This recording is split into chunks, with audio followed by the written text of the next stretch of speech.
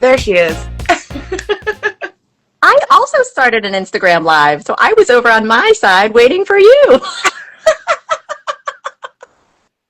It's okay though. You know what? We're all hopping on the same train now. We're all here now. Yeah, some of the guys are worried that this is just going to be a girls' chat, but I've told them they're welcome to stick around because we want to hear their side of the story too. Yeah, and you know what? There's no sides of any stories. We're all in this together, April, right? We are in Men. this together. We just hear things a little differently, I think, sometimes. Oh my gosh, is that not the truth? The amount of times, either in my relationship or like hearing other people's relationships, and because of our wonderful guy friends, I am able to say to my female friends, now, let's look at it from his point of view. Are you making up stories in your head? Because the men say that we do, and it's possible that they have a point. I do have to give them credit for that. And evidently, some things should just stay in our heads, that we don't have to say everything. And thanks, Bub. We really appreciate it. Yes, exactly. And maybe there is something to keeping those thoughts in our head, but I also think that's unhealthy, April. I think that we should be sharing. I call it communication. I don't know about anybody else. It is. It's communication. That's right. Which is the foundation of any good relationship, which is why you and I are so close, having only known each other 6 months, because we talk incessantly. It's a lot. It has been every day. Yeah. Legitimately, like we talk every day. And if I don't hear from you, I'm like, is everything all right? Did you slip on the way to the gym? Like, what has happened? Like, we also warn each other whenever we're going to be a little radio silent, but we're never completely radio silent. Yeah. You might not hear from me for 16 hours. By the way, did you hear this thing that happened? And that, darling, is womanhood. Yes, that's right. I do think, with the Marco Polo video app, they do not sponsor us, but I will just throw it out there. I mean, it has kept me really well connected to people, especially when you live in another country or time zone, right? So you can send a video message, wake up in the morning, hear an update from your friend. And I really do think the men in our lives are like, why do you have to tell April that you walked over to the refrigerator and saw that your milk is spoiled? Like, why does she need to know that? Well, because she wants to know about my day. She loves me. It's true. Well, it's funny that you said that because Stanley had just mentioned, is it communication or communitelling? I mean, I feel like that's one and the same with my wife, April. I mean, well, yeah, of course I'm interested. I want to know everything. Yeah, it's important that you know my milk is spoiled and now I must go to the grocery store. Anyway. Well, that's bread I'm craving for the day. But yeah. Yeah. Men do not communicate to that degree at all. Not even amongst each other. No. And this is why there is a male loneliness epidemic in the United States that I keep hearing about. I mean, if y'all would just tell each other the mundane details that you didn't think you wanted to know, but actually you do. Obviously. But that's not what we're here to talk about today, April. What are we here to talk about today? We are here to ask, or maybe answer the question, is D and KAD for divorce? Yes, is it? What does KAD stand for people who don't know? Korean adoptees of the Yes. diaspora. Yes, and it's controversial because people are like, what does the D really stand for? Because shouldn't it just be KA? But diaspora, yes. Yeah. Exactly. Yes, Michael, if you Google it, there is something called the male loneliness epidemic in America. It's not something that April and I made up.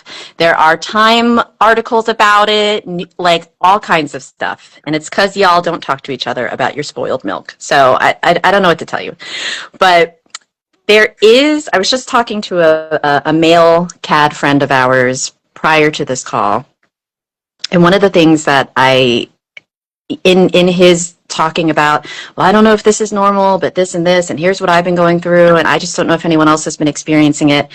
And the thing that I like to say, my humble brag, is that because I like people, I really like people, And because I have all this anecdotal evidence, there are trends that you start to pick up on. There's many, many, many, many. But this month, because of Valentine's Day, you and I wanted to broach the subject of why are all the Korean adoptee women getting a divorce?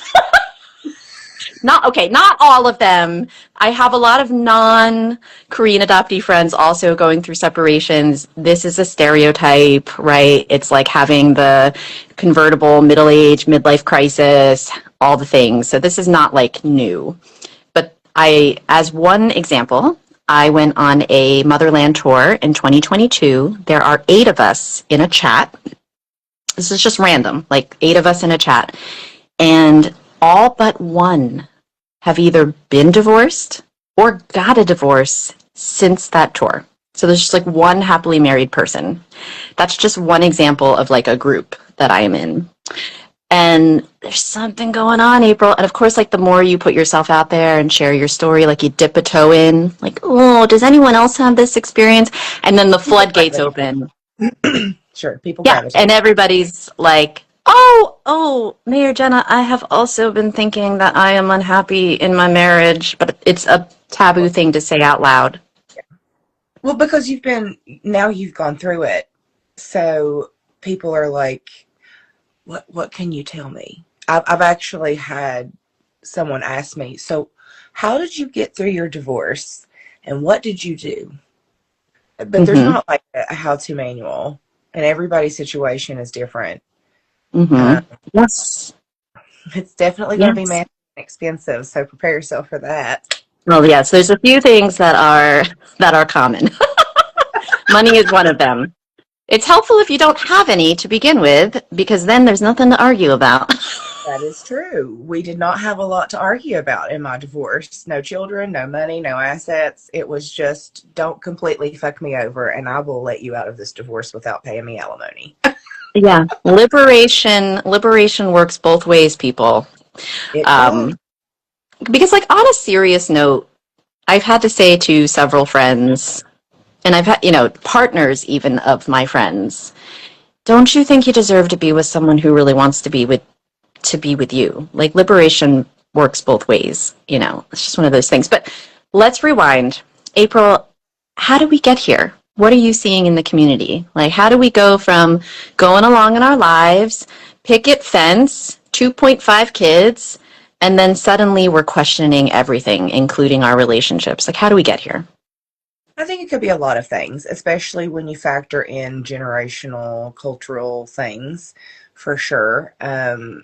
But I think as adoptees, we in particular can be really good at compartmentalizing things and convincing ourselves that life is a certain way. We love a pair of rose-colored glasses, so to speak. So then whenever we start to kind of explore a little bit more into our adoption and what that means, I mean, that's why they call it coming out of the fog or an awakening of sorts, because you kind of lift a veil and the world looks a little bit different. You look a little bit different to yourself. There are plenty of adoptees, and you and I have talked about this. We actually talked about this in our last podcast episode, where you don't even see your Asianness until you've kind of processed your adoption. So imagine not knowing who you are and then marrying someone, and now you're changing. They are no longer married to the same person that they married. That's going to happen anyway, but it's definitely kicking in now. And how do you talk about it? Do you want to talk about it? Are you able to? Yes. Do you want to, and are you able to? Good God. And I want to preface this by saying this is a universal conversation. This can be anything. It doesn't have to be suddenly you realize you're not a white girl from New Jersey, and oh, by the way, I have a birth family that I never thought about existing. It doesn't have to be that. It's whatever catalyst there is in someone's midlife, which is just like when it happens. And to me, it's about, are you being curious about your partner? Or do you just go along being complacent, taking things for granted, believing that they're the same person they were yesterday? You know, do you adore this person enough to want to know? And I think one of the difficult things, and I literally just said this to someone recently, it's hard to say the most important thing to the most important people in our lives. It shouldn't be that way. I don't know why it's easier to spill your guts to the person sitting on the plane next to you who's a stranger rather than the person that you sleep next to every night. But sometimes it is. We got to change that.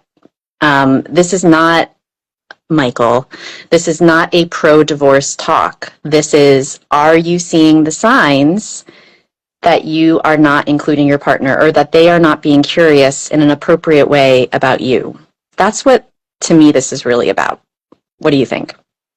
I agree. Somebody actually just made a comment that said, you believe you're safe and the child inside comes out and then you both meet her for the first time. It's very similar to that. Yeah, Yeah. absolutely. That's so smart. Yeah. Yeah. Um, it's very much like that. And you don't know what to do with it yourself, right? The adoptee. So Mm-hmm. you don't really have any room to carry your partner, even if you wanted to. Like, there are people who want to, they just don't know how to. Mm-hmm. There are certain experiences that you want and need to have as an individual without your partner there.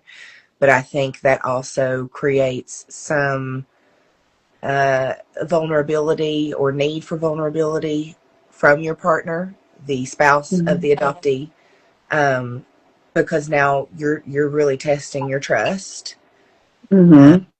and your communication with one another, so that you can vocalize, "Hey, I'm still over here. Don't forget about me." And Um, you really have to have a foundation set up to set to like if you have never said something along the lines of, "Hey, let's sit down and talk about this. Like, how are you feeling about this and what do you need from me and what do I need from you?"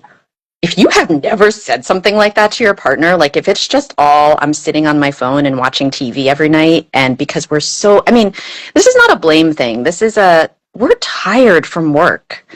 Like we need to recharge and maybe, you know, and the kids have taken it all out of us and like, and hey, we're married, so you're going to be there tomorrow. We don't need to talk about this today. And so it's just, it's a lot of those many factors that are coming into play. So yeah, I think that's so true. Yeah, the inner child stuff, especially. Like I used to roll my eyes so hard at that, like so hard. It's probably why I have terrible vision. Like I would hear things like, "Oh, inner child." Uh-huh. Oh shit, all that stuff's true. My inner child. Good God. and it's so the timing of discovery is just great, because it also comes probably because of, but it comes at the same time of like your mortality becoming more apparent. Oh God, we only have 40 years left. What? What do you mean I'm halfway through my life? What the fuck? Wait, can I say that on here? Yeah. I better start having good sex now because I only have a couple years left. Yeah, like at what age is my hip going to be dislocated? Like, I mean, good God.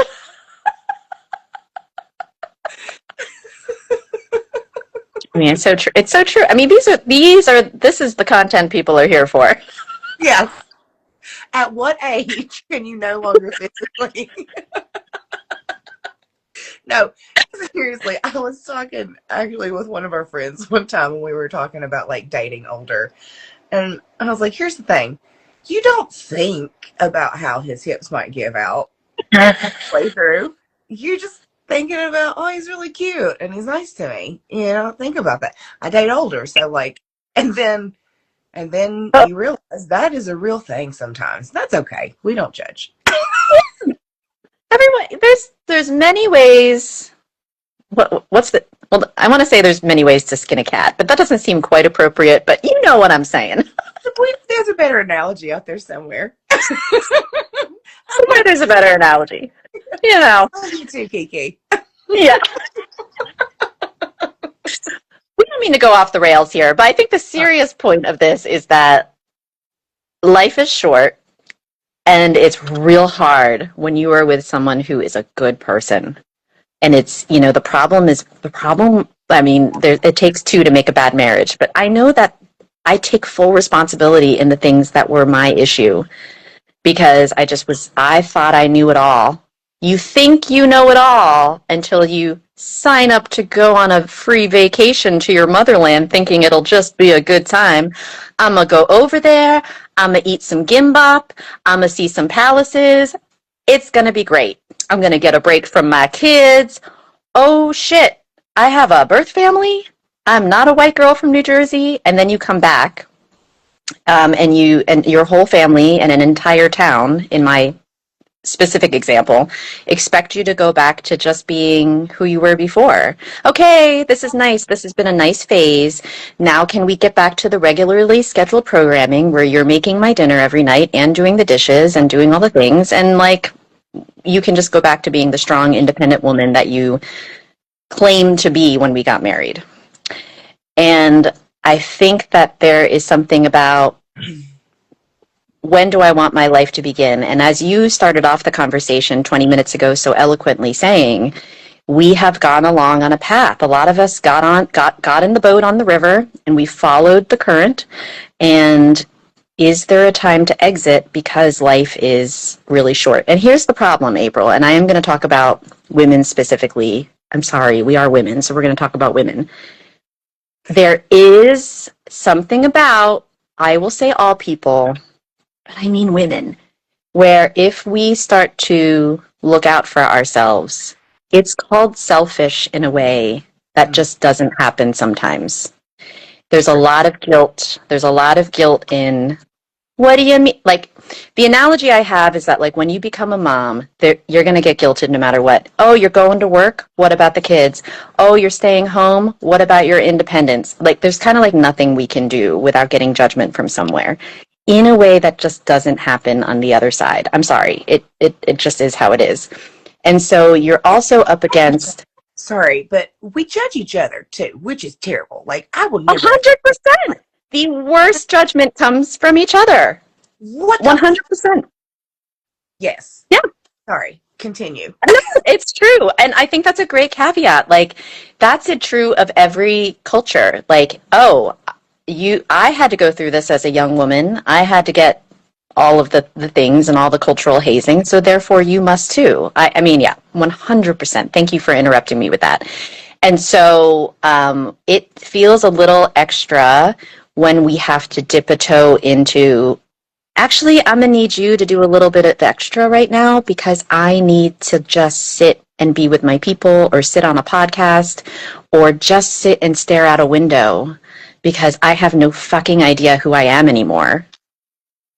You know? So yeah, life. I don't mean to say like life is short, put it on a t-shirt.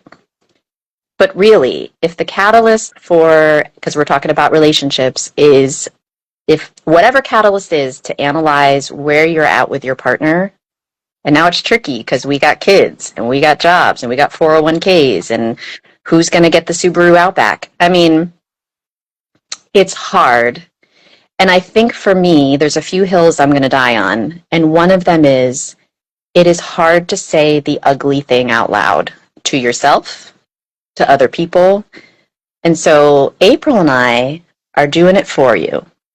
Sometimes, no matter how nice he is, and you're not happy, it's okay to look out for yourself. That's not saying you don't do the work. I mean, do the work. I mean, try to make it work, sure. But your kids are going to be fine seeing a happy version of yourself, even if you're not married, as one example. Also, I'm going to steal a line from Dolly Parton from Straight Talk. Honey, get off the cross. We need the wood. Like, what martyr, Joan of Arc? Like, what are we doing here, honey? Like, what do you think, really? What do you think is going to come from you sacrificing your happiness in the name of saying, and I get it. It's because I think this is where generational, like, cultural stuff comes in. Because at least where I was raised, you were told that if he's not beating the shit out of you and he's not cheating, then he's a good man, Savannah, and you got to stand by your man, honey. They wrote a whole song about it, and like, I was listening to Nirvana when I was growing up, so this I have missed all of these references. oh God, Loretta Lynn, honey, it was so deeply rooted into my Appalachian heritage that I had the Chipmunks version of it, okay, on cassette tape. We have very different childhoods. Very different. Like, oh my God. Stand by your man. Is that yes. stand by your man? Is that what you're talking about? Give him 2 arms, cling to. Like, it.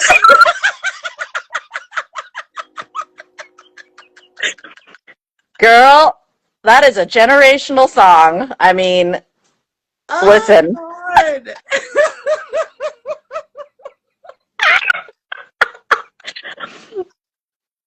Yes. In all seriousness, there again, folks, we are making broad, sweeping generalizations. We are not therapists. We are not psychologists in any sense of the word, but there is a generational thing. Yeah, you stay together because of the kids, because of this, because of perception, because you're a good Catholic, whatever, right? And I really think that if our parents had the internet, maybe things would be different. Because I think if you're siloed in the countryside and you only know your 6 neighbors and your sister, then yeah, of course that's what you do. But there's power in seeing that, oh wait, there's like memes that say, oh wait, I don't have to, I can be happy, you know? Listen, this is probably going to sound mean of me. And this is why I don't often talk about my ex-husband, because I have nothing nice to say. So I just try to thumper roll it. But he was never quite like the person, my type. Like, because I remember somebody asking me, like, well, are you not attracted to him? Do you not think that he's cute or he's hot or he's sexy? And I was just like, oh yeah, yeah, you know. Are you supposed to think that about your husband, April? I mean, Are you supposed to think? You probably should. I mean, but like, if somebody's going to tie your life to, you probably want to like enjoy looking at them. Not that I didn't enjoy looking at him, but it wasn't like, you know, I really enjoyed looking. I just wanted to, it wasn't that. It was more like, you know, he had all of his teeth and he had an education and we ran in the same group of friends and He got all of his teeth. I wish I was joking. Like, to quote April, because it's laugh or cry, but I wish I was joking, y'all. Like, as April says, the bar is in hell.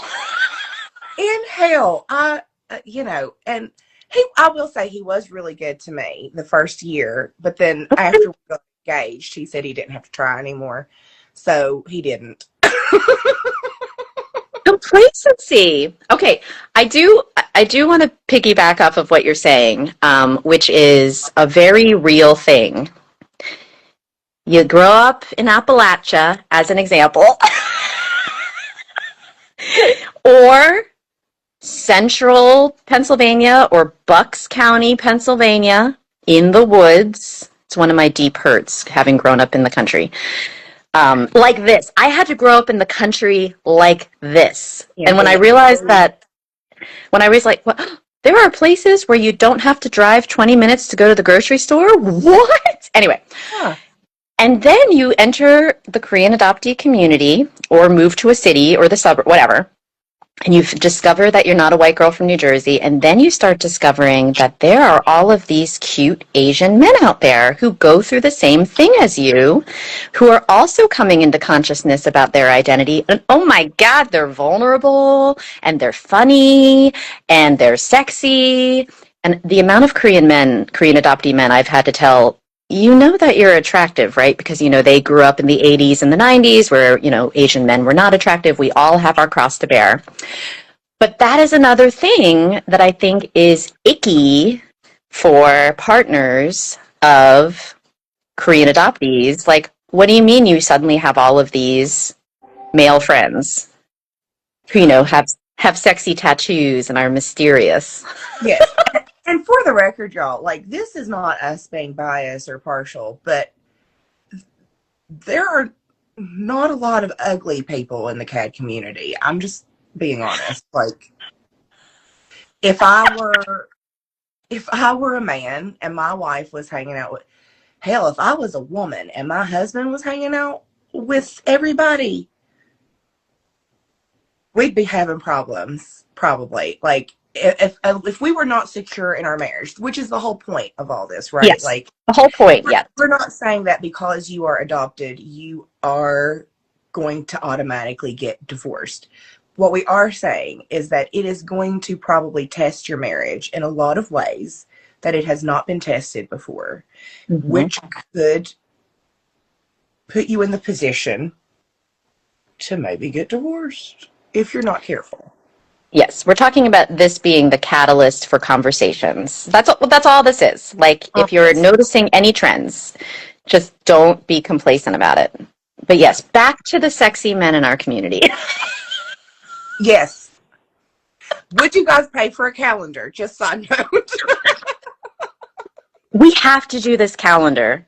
Y'all, like, we had a joke. I don't even know how, well, I kind of do know how it started, but having like, okay, I'm just going to put it out there, objectifying the Korean adoptee men in our community who have not had the benefit, perhaps, of being objectified in the way that, Korean women have. By the way, it's also not great being objectified. The other side of the coin is also not great. Let's just be clear. But I think we should do this calendar, April. Calendar of sexy Korean adoptee men. I would say it is objectification, but it's also in the spirit of celebrating them. Yes, it's in the spirit of celebrating. It is in the spirit of celebrating them because I have recently learned that some of them feel the objectification in a very cheap sort of way because how some of the CAD women are saying, well, I never liked Asian guys but now look at you, like, I watch K-pop Demon Hunters and sign me up. Like, which, ladies, we got to do better, okay? Yes. We do have to do better because we've been on the receiving end of that shit and it ain't cute. Yes, it's true. We all have insecurities and we all want to be liked for who we are, not our cute ass. I get it, and so it's about balance. The pendulum swings, either side. It's about balance. That said, I know a couple people who could put on a uniform for a calendar and it would look real good.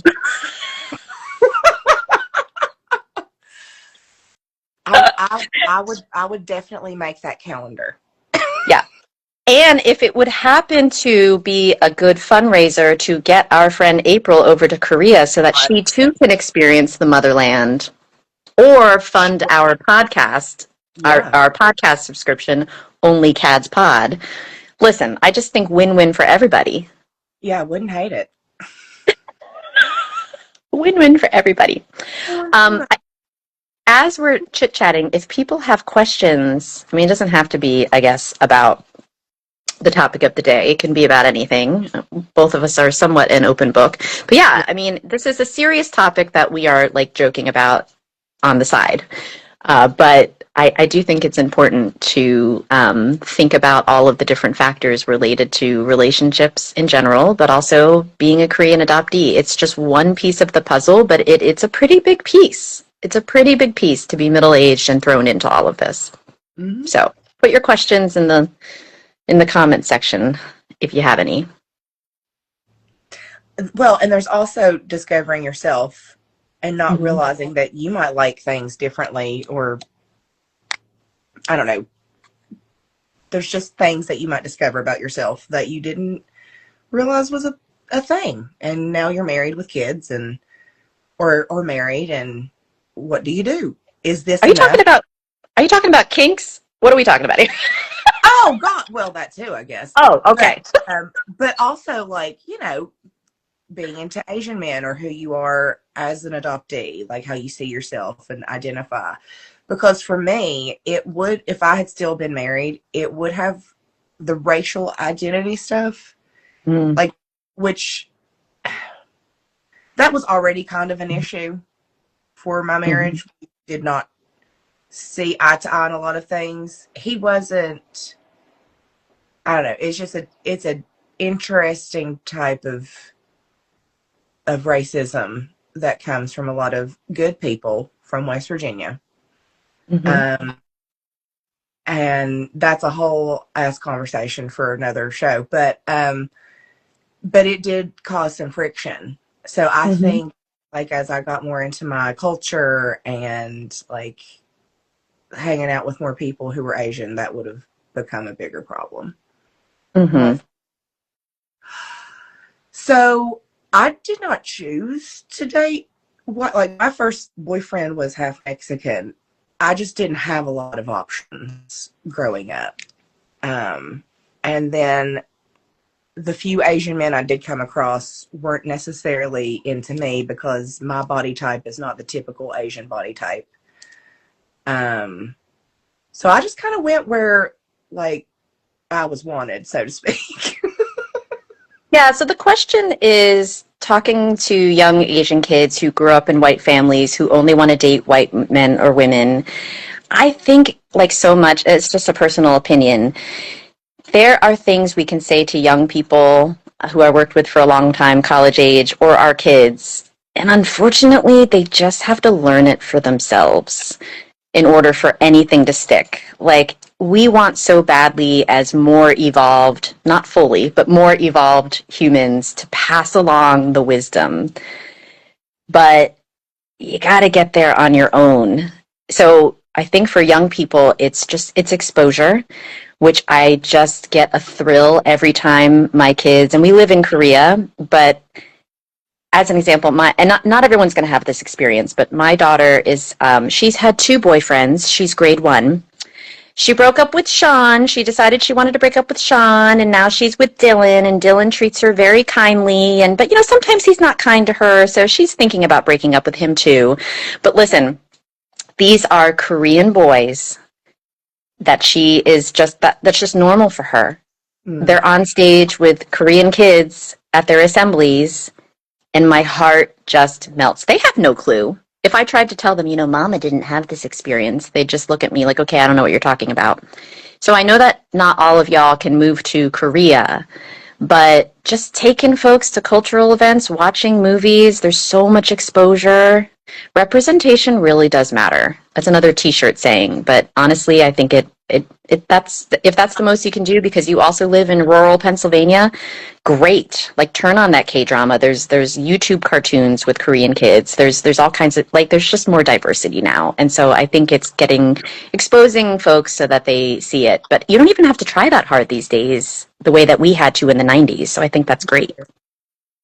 Yeah, the internet and social media has made that like a completely different experience.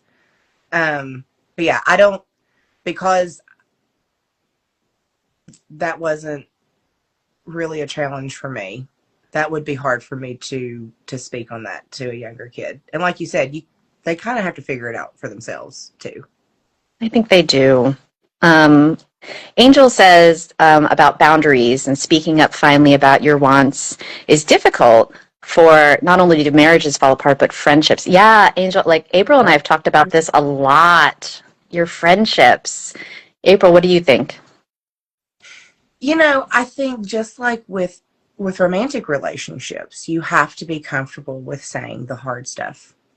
Hmm. And sometimes it's also about timing. You got to learn to read the room and whether or not that person is in a place to have that conversation. Um, but yeah, there've definitely been some heavy talks that I've had with my friends um, over this past year, even. But I think that it's brought us closer in a lot of Hmm. ways. Um, and I see how it's made us on either side put forth different and better efforts, Hmm. but we want to. I think that's when you Yes. like if you want to, but you'll never know if the other person is in it and wants to if you don't talk about it and say, "Hey, so listen, that that thing wasn't really cool with me after all." And I want to talk about it now. I didn't talk about it before because I wasn't ready, and you may not be ready right now, but just letting you know, I would at some point like to talk about that. Um, Hmm. I think sometimes we get so caught up in the what ifs and Mm. we try to plan out in our or play out in our heads how it might go. We talk ourselves out of doing it. But if you strip all that away, it's going to go somewhere. It's going to go in a direction. Why not Yeah. have it go in a direction because of something that you did because that's what you really wanted? You know what I mean? Yes. It's our own insecurities that we don't speak up sometimes. But the thing is, and I heard this once, and it's just so true. You could say the most articulate thing, plan it out, write out a script, have all your tone be like perfect because a lot of communication is tone and body language. If the other person is not open, willing, ready to hear it, it doesn't matter how articulate you are. If the other person is ready, you could fumble and stutter your way through it and they'll get it. And a good friend, in theory, should be open to hearing anything you have to say. Like I don't want echo chambers in my life. Like, yeah, we have similar experiences. We vibe, we have a similar energy, whatever. But I have many friends who I care about for many different reasons. So I think it's twofold. What you said, and isn't it crazy how you get closer after having a vulnerable conversation? What's that even about? Um, one, but two, we have a certain responsibility to speak up for our wants and needs. So, as an example, good friend of the community, Liz Kleinrock, Teach and Transform, she said when we were chatting one time, I asked my white friends, my non adopted white friends, to watch the Frontline documentary. And I was like, oh, that's so smart. Yeah, an hour and a half. It would, if you watch, hey, friend, this is heavy. It's not fun. It's like, get a glass of wine. But if you take an hour and a half to watch this, it will give you some idea of what I'm thinking about these days. Mm-hmm. And I was like, and I did. I told my friends, and they were like, yeah. And they all went and watched it. And I was like, oh, look how simple that was. Well, and to piggyback on your statement of we have to speak up for ourselves, you know, also here's some accountability on our parts as well. Mm-hmm. We have to give our friends enough credit and extend them enough grace to believe that they will be our friend and do Yeah, this. that they'll Because get it, that they want to understand. Yeah. exactly. Because by not doing that, you're basically saying, I don't believe that you can do this. It's Mm-hmm. okay if you say, I don't think you're ready right now. That's different than saying, I can't have this conversation with you because you just don't get it. You're not going to. Mm-hmm. Yeah. Which, yeah, with our partners and our friends. I know that I did that. I know that I was like, some of it was not ill intentioned. I was like, I just, I don't have, neither of us has 4 hours right now for me to tell you about my entire trip to Korea and like what what I'm confused about right now. So it's just easier to say, it was fine. But then I can't turn around and be upset later when someone is not asking me the right questions about how to support me. So it's both and. I mean, it really takes a lot of curiosity on both sides. And I like someone just said, you can't say the wrong thing to the right person. Oh my gosh, I love that. That should definitely be a t-shirt. Those are some good ones. Who is Yeah, thank you. Jay? Yeah, Jacob82. Thank you. Hi, Oh, Northern Japan. North Hi. Japan, right next door, over here from Korea. I love Yeah, that. Oh my God, Harlem Samurai. That's the best like username I've seen in a really long time. that is a good username. Yeah, Jenna is on Jeju, so anybody going there to visit, give her a shout. Yes, Jeju Island. It is 60 degrees and sunny right now on this here island. I know. I know Cleveland's so far away. So very far. Yeah. So friendship is a great topic. I think the same things apply in relationships. I said to my therapist one time, because I was in this whole like, why can't I just get validation from my friends in an appropriate way? Like I have the best friends. I mean, that is not even a humble brag. That's a full brag. I have the best friends in the entire world, all over the world, including my wifey, April. And like they fill my cup. We have in-depth conversations. Rick Allen Rick gonna be in Cleveland. Rick Allen is another one of my good friends.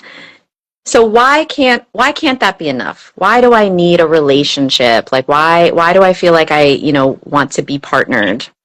And she said to me, well, because it is just different. I was like, damn. Okay, fine. But yeah, so we have a little bit less of a pressure on friendships because we have a lot of friends. And so then it becomes even harder to say the thing to the person that we are in relationships with. Do you think a sexless marriage can work? April, I'm going to let you take this one. So, okay. Sex is a very important thing for me. That is how I connect with my partner in a lot of ways, and it's just a very important thing for me in general. However, like I mentioned, I have dated older, so there has been a situation where my partner was not able to all the time. Mm-hmm. And it was hard. I'm not gonna lie. It was very challenging. We had a very sturdy communication and like relationship otherwise, but that put a lot of stress on it. And I will say that was ultimately part of the reason why we did not continue the relationship. Mm-hmm. Now, if you're willing to get creative, Mm-hmm. then there are definitely ways that you can make up for it. But that's a conversation that you have to be okay with on both sides. He was not. So, completely sexless would not be something that I could probably do personally. I think, as a preface, that every relationship is different, and every person is different. And I can see a world in which there is a couple who both truly have communicated. This is not my love language, because there's asexual folks out there. Absolutely. I'm not here for the sex. I'm here for the companionship and the reliability and the emotional closeness. And, we each pull our weight with household chores, and we respect each other, and like we talk about all the things. I can absolutely see where two people are on the same page about that. On the flip side, there's folks who are really good about communicating in the polyamorous community. So it's like the opposite side of the coin, where we have communicated, we are on the same page, we have multiple partners, and that's how it is. I think being on the same page and having that open communication, as long as you both are truly on the same page, I can absolutely see it being a thing. For me personally, having been in a long-term relationship where there was no physical stuff, I tried to convince myself that, it was good and all the things, and it just being, but again, this is an ugly thing to say out loud to myself. Oh, that's it's not enough, right? Well, It's not that's enough to just sit on the couch and watch TV every night. For me personally. well, but that's another thing I wonder, have women been like slut shamed into Mm-hmm. feeling comfortable with saying, because I've always been especially comfortable with my sexuality from a very young age. Like, I was very conscious of my decisions, even when I was being promiscuous. Like, this is something that I'm choosing to do. I don't have to.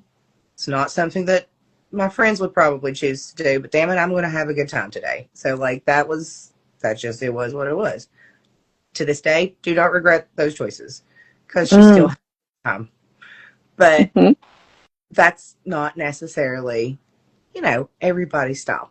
That being said, I think women are just as we like are supposed to subdue our happiness. We're not supposed to talk about how like we like sex or we enjoy it or Or we need it. not. Yeah, it's true. I mean, it's true. It's a cultural thing. I mean, that is true. Yeah.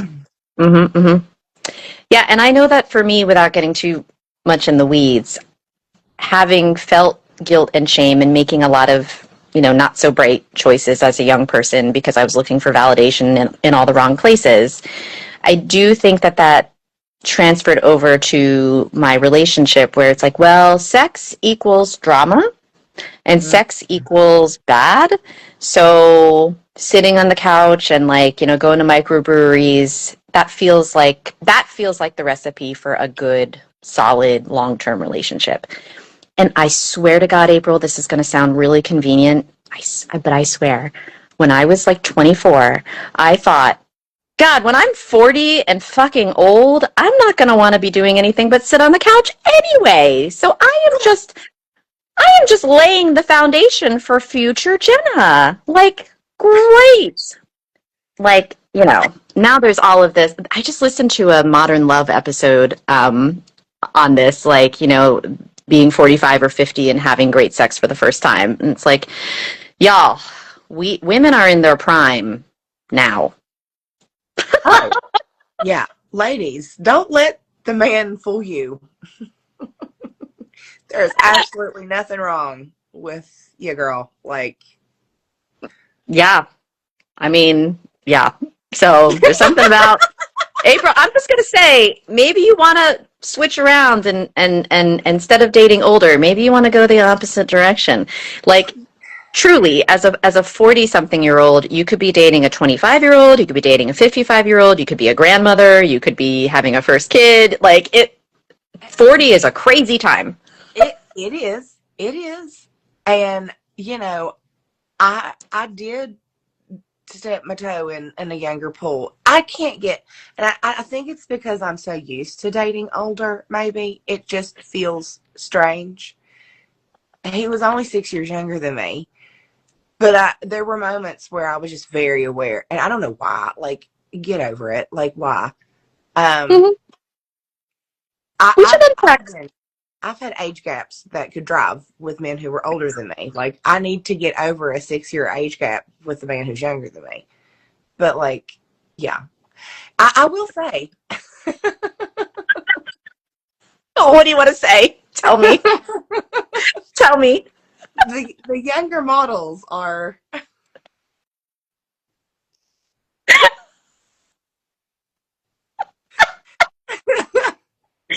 The younger Bad. models, the They're younger not. models don't need to be as don't need to stop at the gas station as often. Don't have to refill the tank as often, and those tires can take a good kicking.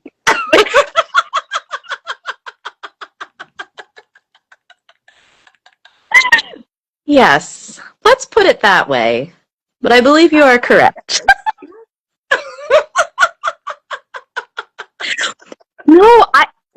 we have to unpack this maybe in a different live, but age gaps and, so gender roles. I mean, we're talking about specifically relationships today, but there's so much to talk about with gender roles and dating and age gaps and things like that, because I had some real serious things I had to get past as well. And it's insecurities. That's what it boils down to. We're all insecure in some way.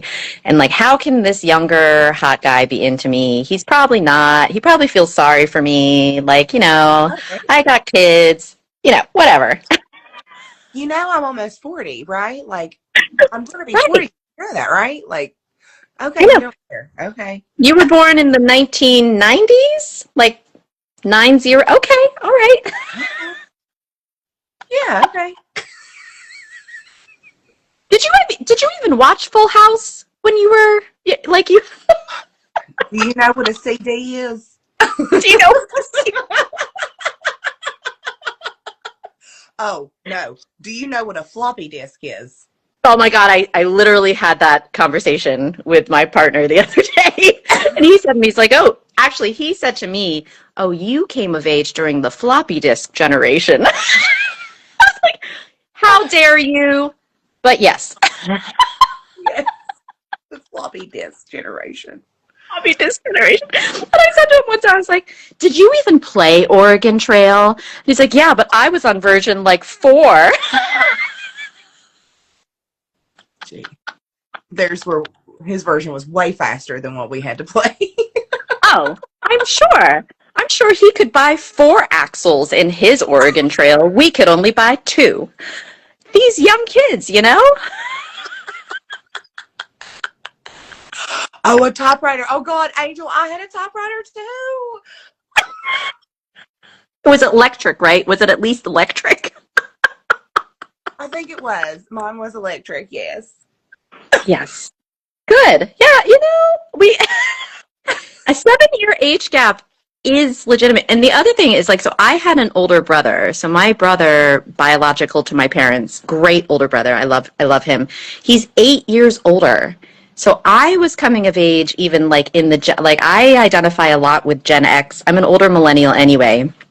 But we're talking I was listening to Collective Soul and Nirvana and EMF and Smashing Pumpkins. And so there's music gaps, right?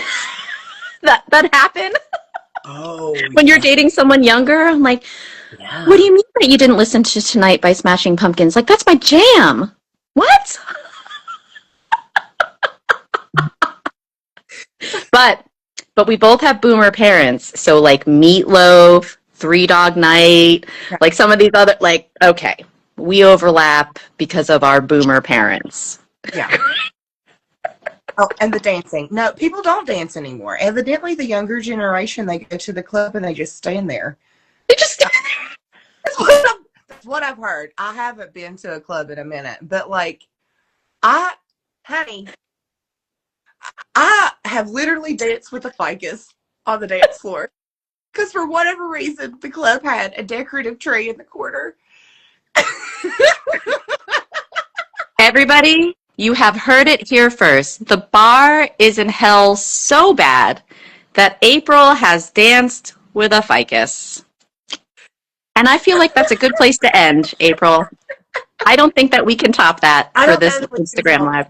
Oh, gosh. Guys, keep a lookout, though. If you enjoyed this Unhinged conversation, I am hosting a panel of some of my close KAD friends. I think I want to put it on Patreon, so keep your eyes open for that. I'm pretty sure it's going to be a hoot and a half. I think so. Some housekeeping, shameless plugs, but it's our Instagram Live. We can do whatever we want. April, on her podcast that is available on Spotify and YouTube at Deep South Korean, we have a 2-part discussion, much more serious than this one, but a little bit of a primer about relationships and bringing your partner along on the journey. So at Deep South Korean, YouTube and Spotify. And I also write about it, and I have a guest writer coming up, our friend Nate. So I talk about this whole topic in my free Substack, jennaleekim.substack.com. We will put it in the comments. We'll put all of this in the comments. This video will live on both of our Instagram feeds, so you can come back and join the fun no matter when. And yeah, I think we're going to have some good times coming up together, April. I think so. People seem to have a good time. We had a good time. I had a great time. Once we figured out like whose Instagram live we were joining. Oh my God, Angel, thank you, because I literally was sitting on my Instagram live, like filling time like a radio host. So you can't have some dead air. I was like, Like you can't, hold on. And today we're going to be talking about how's the weather over there. oh, that's great. Because I texted you and I was like, I don't see it. I'm just going to start it. And then I immediately started. You must have started at the exact same time. Probably it's my fault, April. I was literally looking at my grid, like, oh crap, my grid is not ready. Thank you, Angel. Angel is a good sister. She's validating me. No dead airspace. We did a great job. That's why we love this community. That's true. Good people. Good people. I love you, sister. Guys. Love you guys. Thanks for joining.